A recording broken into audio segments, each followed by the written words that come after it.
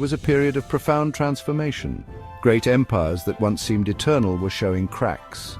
New powers were stirring, small at first, but full of ambition. Anatolia, the land bridge between Asia and Europe, was a crucible of these changes. It was a frontier zone, a place of conflict and opportunity. Here, different cultures and religions met, often clashing, sometimes coexisting. This was the world into which Osman Gazi, founder of the Ottoman Empire, was born and began his momentous rise. His story is one of vision, resilience, and the ability to seize the moment in a chaotic world. The vast plains and rugged mountains of Anatolia had seen many conquerors. Hittites, Persians, Greeks, Romans, and Byzantines had all left their mark. More recently, Turkic tribes, migrating from Central Asia, had made it their home. They brought with them their nomadic traditions, their warrior ethos, and their Islamic faith. These elements would blend with the existing cultures of the region, creating a vibrant, if often volatile, mix. The political landscape was fragmented. This fragmentation created openings for those daring enough to carve out their own destinies. The once mighty Seljuk Sultanate of Rum dominated central Anatolia. It had been a beacon of culture and power. Its cities boasted magnificent mosques, madrasas, and caravanserais. However, by the late 13th century, its strength was waning. The devastating Mongol invasions earlier in the century had shattered its authority. The Seljuk sultans became vassals, puppets dancing to the tune of the Ilkhanate in Persia. Their realm fractured from within. Ambitious governors and local chieftains began to assert their independence, paying little heed to the weakened central government in Konya. This internal decay created a power vacuum. To the west, the Byzantine Empire still clung to its Anatolian possessions. Constantinople, its grand capital, had been reclaimed from the Latins in 1261. Yet the empire was a shadow of its former glory. It faced pressures from multiple fronts in the Balkans, from Serbs and Bulgars, and in the Aegean from Italian maritime republics. Its Anatolian frontiers were porous and difficult to defend.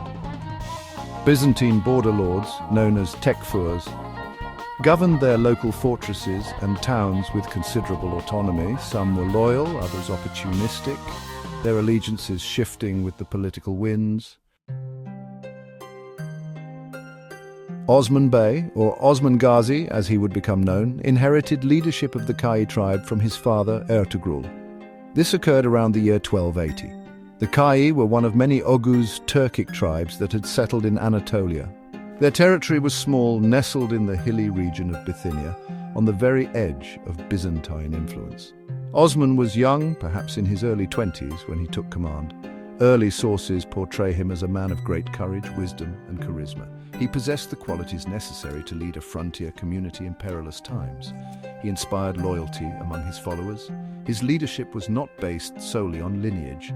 He proved himself through his actions. He was a skilled warrior and a shrewd political operator. He understood the complex dynamics of the frontier. He knew when to fight and when to negotiate. He cultivated relationships with other Turkmen groups and even with some local Byzantine figures.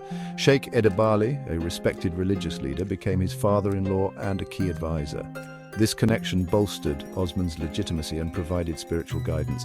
Osman's vision extended beyond mere survival. He aimed to expand his territory and influence.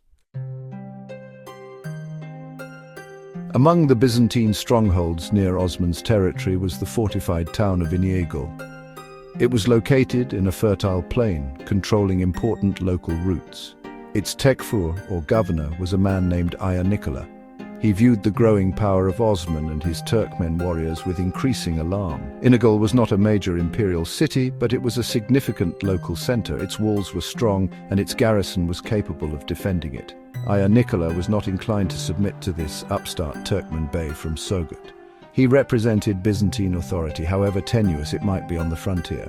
Aya Nikola saw Osman's activities as a direct threat to his own position and to Byzantine interests in the region. The expansion of Osman's influence meant a reduction in the lands and resources available to Inegol. Raids by Osman's men into the territories surrounding Inegol became more frequent. These were not just for plunder. They were also a way of asserting dominance and testing the resolve of the Byzantine defenders. Aya Nikola, in turn, likely launched his own counter-raids or supported other local Christian lords who were hostile to Osman. The simmering tensions between Osman Bey and Aya Nicola of Inigol eventually boiled over into open conflict. One of the early significant clashes occurred around 1284 or 1285, often referred to as the Battle of Ermenibeli or the ambush at Ermeni Debendi.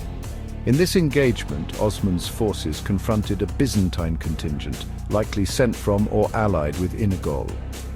It was a fierce battle, characteristic of the brutal realities of frontier warfare. Casualties were suffered on both sides. This battle, however, carried a deep personal cost for Osman and his tribe, one that would fuel a desire for vengeance.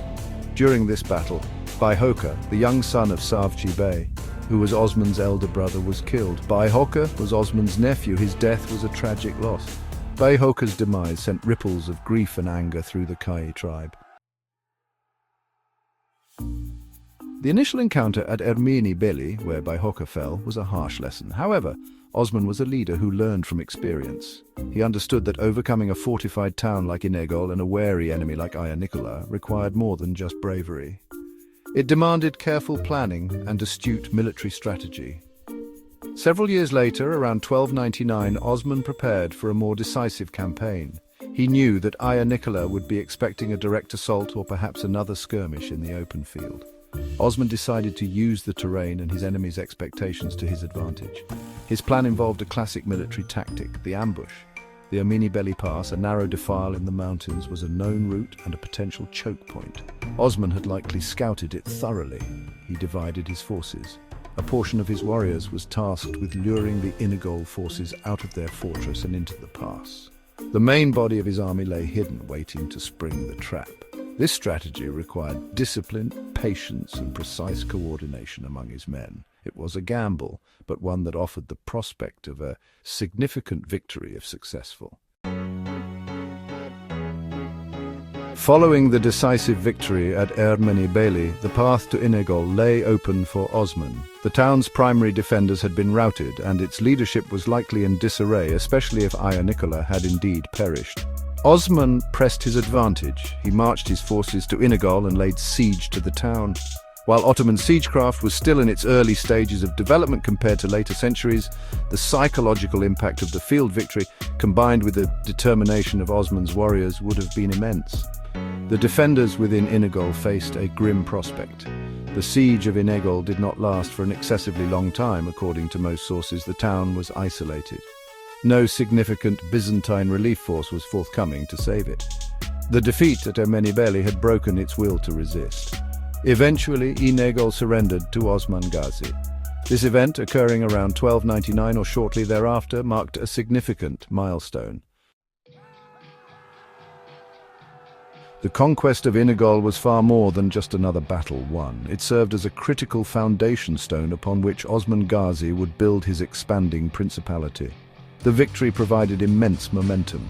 Success breeds success, and the fall of a notable Byzantine stronghold like Inegol significantly enhanced Osman's reputation among the other Ghazi warriors and Turkmen tribes. More fighters were drawn to his banner, attracted by his proven leadership and the promise of further conquests and rewards. His military strength grew, enabling him to undertake even more ambitious campaigns. Economically, Inegol was a valuable asset. The town and its surrounding lands were fertile, contributing to the agricultural output of Osman's domain. Control over Inegol also meant control over local trade routes, which could be taxed, providing a new stream of revenue. This economic strength was crucial for maintaining a standing force of warriors and for administering the growing territory. The conquest of Inegol marked a crucial stage in Osman Gazi's evolution from a tribal chieftain to a state builder. It was his first major urban conquest, a clear departure from the nomadic lifestyle of his ancestors. Taking and holding a fortified town required different skills than leading raids. It necessitated a rudimentary administration, a system for managing resources and policies for dealing with a settled, often non-Turkmen population. Inegol provided Osman with a practical education in governance, lessons that would be invaluable as his principality grew into an empire. The victory at Inegol and the subsequent consolidation of power in the region laid the direct groundwork for the establishment of the Ottoman Beylik as a significant political entity. It demonstrated Osman's capacity for strategic planning and military leadership beyond small-scale skirmishes. This success helped to unify his followers and attract new ones, forging a cohesive force with a shared purpose. The name Osmanli, Ottoman, began to signify not just a tribe but a dynamic and expanding political and military power. İnegöl was one of the first places where this new identity took concrete form. Today, İnegöl is a prosperous city in Turkey, known for its furniture industry and its rich history. It proudly remembers its connection to Osman Gazi and the early days of the Ottoman Empire.